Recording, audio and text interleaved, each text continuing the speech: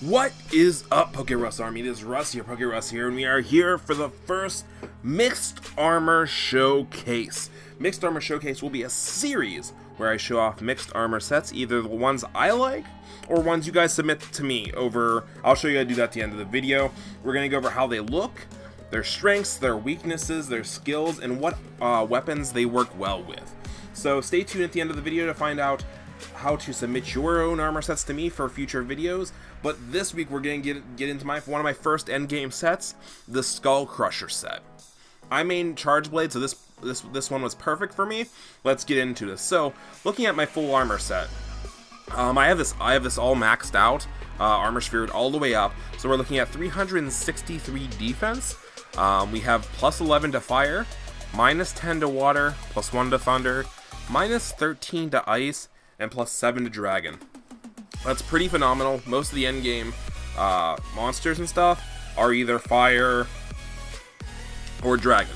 The only one is Kushala, which is ice. That does give me a little bit of an issue, but I mean, we have pretty good defense here. So we're rocking with the Dragon Eye Patch, the Diablos Male Beta, the Kaiser Vambraces Beta, the Diablos Neros Coil Alpha, and the Diablos Greaves.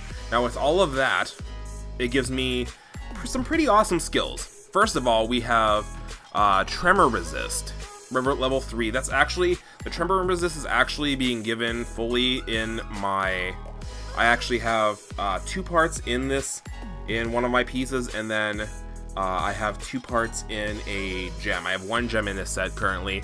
I usually add other gems just to round out some stuff, but this piece, the headpiece right now is giving me Weakness Exploit 2, and then the gem is giving me the Tremor Resist.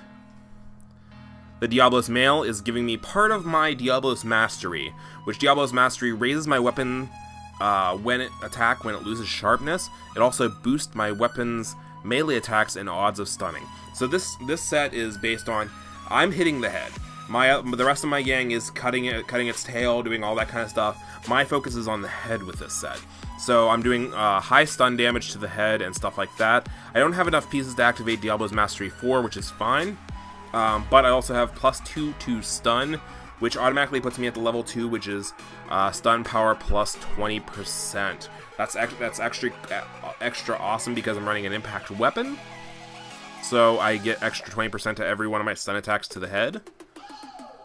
Next, I'm running the Kaiser Vambraces Beta. I'm not getting the Teostra technique because I only have 1 piece of Teostra. You need 3 for its Master's Torch. But it does give me the 1 extra Weakness Exploit, which is now rounded out to level 3 with my Eye Patch. Level 3, when I'm hitting a weak spot, which the head is usually not always the weakest spot, but it's one of the weaker spots. So at level 3, I'm doing attacks to hit weak spots are doing 50% increased affinity. So I'm doing extra critical damage with this piece right here. Next, I have the Diablos Neros Coil Alpha.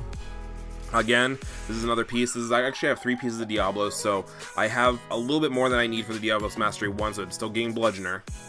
I'm getting Resentment, which this is actually really neat when you're fighting anything in the Rotten Vale, because you're constantly taking damage and you're going to have red regenerable health, and you always get a plus 5 to your attack, which isn't much, but it's super neat.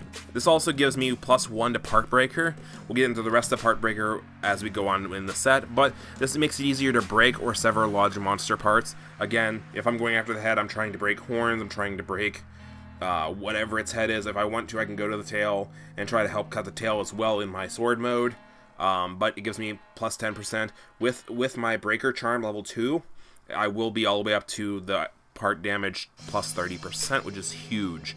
And last but not least, we have the Diablos Greaves. That is finishing off my Diablos Mastery.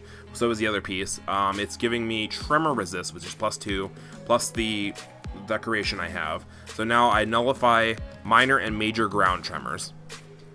And then it's giving me Slugger 1, which with the other piece, it's giving me 30% stun power to the head. So I'm basically trying to wear the monster out, get a lot of stun damage, break its face in, break horns, do all that kind of stuff, because horns are sometimes really hard to do. And then last but not least, I have this. This is my Breaker Charm. It's giving me +2 to my part breaking. So with all 3 pieces, it's giving me full part breaker. I'm rocking this with the impact file. This is the final form of the Nergigante weapon. You can run this with a couple different things. You can run this with Charge Blade. You can run this with Hammer. You can run this with Hunting Horn, or you can even run it with something with a shield like a Lance, because you do impact damage with like the shield, but I wouldn't suggest it. So I'm running this because it's one of the best impact charge blades in the game. Plus you have high Elder Seal and all that kind of stuff like that. Hunting Horns can do pretty much the same thing. It gives Hunting Horns a little bit more oomph to their thing. And if you're rocking this with hammers, you are just stunning the monster for days. You're literally stunning it for days, because hammers already have a lot of KO potential in them. And yeah, so that is my Skull Crusher set. It's actually not bad looking either.